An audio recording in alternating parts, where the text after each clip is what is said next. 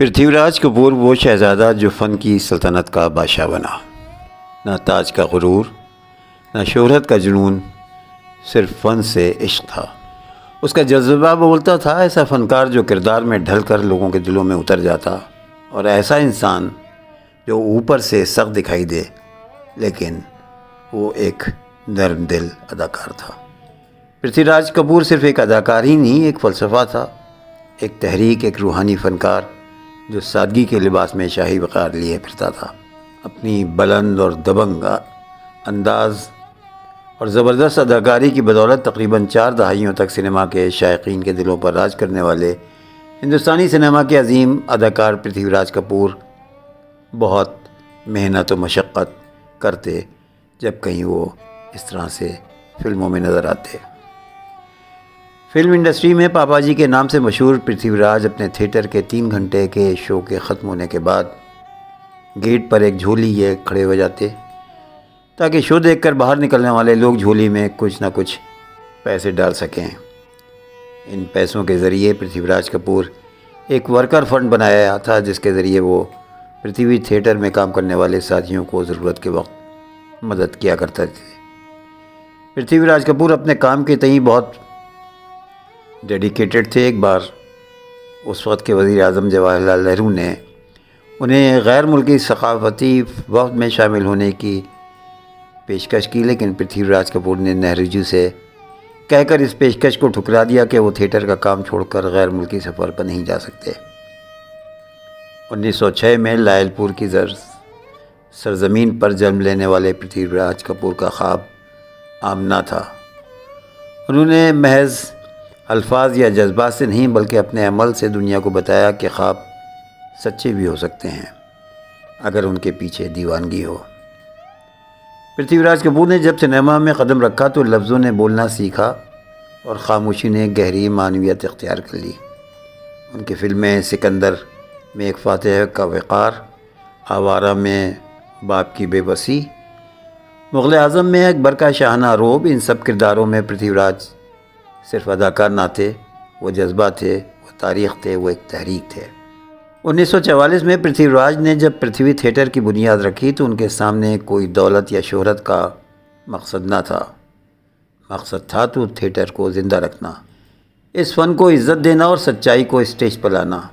وہ ریہرسل کرتے تھے، خود پردہ کھینچتے تھے، خود فنکاروں کو تربیت دیتے تھے اور آخر میں وہیں فرش پر سو بھی جاتے تھے۔ یہ سب کچھ وہ ایک ہی جذبے کے لیے کرتے تھے کہ فن عبادت ہے۔ مغربی پنجاب کے لائل پور میں 3 نومبر 1906 کو پیدا ہونے والے پرتھوی راج کپور نے اپنی ابتدائی تعلیم لائل پور اور لاہور میں مکمل کی۔ ان کے والد Dewan Basheshwar Nath Kapoor police sub inspector تھے۔ ان کے والد کا تبادلہ پشاور میں ہوا۔ انہوں نے اپنی مزید تعلیم پشاور کے ایڈورڈ کالج سے حاصل کی۔ انہوں نے ان کی تعلیم ادھوری چھوڑی کیونکہ اس وقت تک ان کا رجحان تھیٹر کی طرف ہو چکا تھا۔ محض 18 سال کی عمر میں ان کی شادی ہو گئی۔ 1928 میں اپنی چاچی سے مالی امداد لے کر پرتھوی راج کپور اپنے خوابوں کے شہر بمبئی پہنچے۔ پرتھوی راج کپور نے اپنے کریئر کا آغاز 1928 میں ممبئی میں امپیریل فلم کمپنی سے منسلک ہو کر کیا۔ 1930 میں بی پی مشرا کی فلم سنیما گرل میں انہیں اداکاری کی۔ کچھ عرصے بعد اینڈرسن کی تھیٹر کمپنی نے ڈرامہ شیکسپیئر میں بھی انہیں اداکاری کا موقع دیا۔ تقریباً 2 سال تک فلم انڈسٹری میں جدوجہد کرنے کے بعد انہیں 1931 میں ریلیز ہونے والی پہلی بولتی فلم آل ہمارا میں معاون اداکار کے طور پر کام کرنے کا موقع ملا۔ 1933 میں وہ کولکتہ کے مشہور نیو تھیٹر کے ساتھ منسلک ہوئے۔ نرم دل بادشاہ، پردے کے پیچھے ایک شفیق انسان، بزرگوں کا ادب، نوجوانوں کی رہنمائی، خواتین کی عزت اور ٹیم کا خیال، پرتھوی راج کپور کا ہر عمل محبت کی خوشبو سے بھرا ہوا تھا۔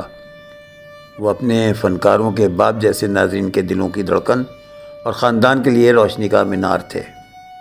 جب انہوں نے اکبر اعظم کا کردار مغل اعظم میں نبھایا تو فلمی دنیا لرز اٹھی۔